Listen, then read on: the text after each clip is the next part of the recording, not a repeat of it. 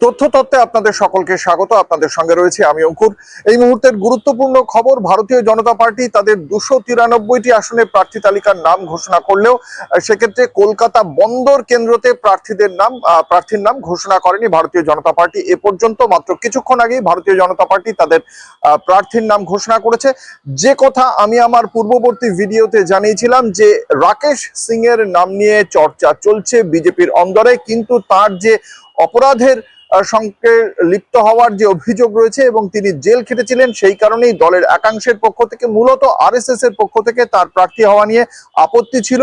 কিন্তু শেষ পর্যন্ত সেই রাকেশ সিং এর নামেই শিলমোহর দিল বিজেপি নেতৃত্ব এবং রাকেশ সিং এর নাম ঘোষণা করা হয়েছে কলকাতা বন্দর কেন্দ্রে প্রার্থী হওয়ার বিষয়। কলকাতা বন্দর কেন্দ্রে সেক্ষেত্রে প্রার্থী প্রধান চারটি রাজনৈতিক দলের কারা হচ্ছেন সে কথা জানিয়ে দিই আপনাদের। এই কলকাতা বন্দর কেন্দ্রে তৃণমূল কংগ্রেসের প্রার্থী ফিরহাদ হাকিম, বিজেপির প্রার্থী হলেন রাকেশ সিং, ফয়াজ খান বামফ্রন্টের প্রার্থী এবং কংগ্রেসের প্রার্থী আকিব গুলজার। এক্ষেত্রে আরেকটি তথ্য জানিয়ে রাখি, 2021 বিধানসভা নির্বাচনে এই কলকাতা বন্দর কেন্দ্র থেকে জয়ী হয়েছিলেন তৃণমূল কংগ্রেসের প্রার্থী ফিরহাদ হাকিম, রাজ্যের মন্ত্রী।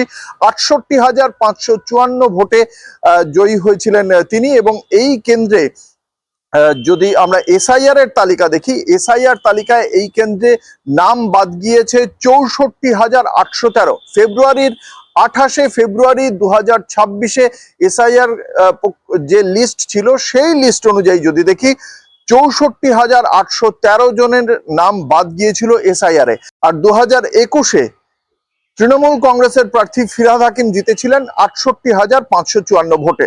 2024 লোকসভা নির্বাচনের দিকে যদি তাকাই তাহলে এই কেন্দ্রে এগিয়েছিলেন তৃণমূল কংগ্রেস প্রার্থী 42,893 ভোটে।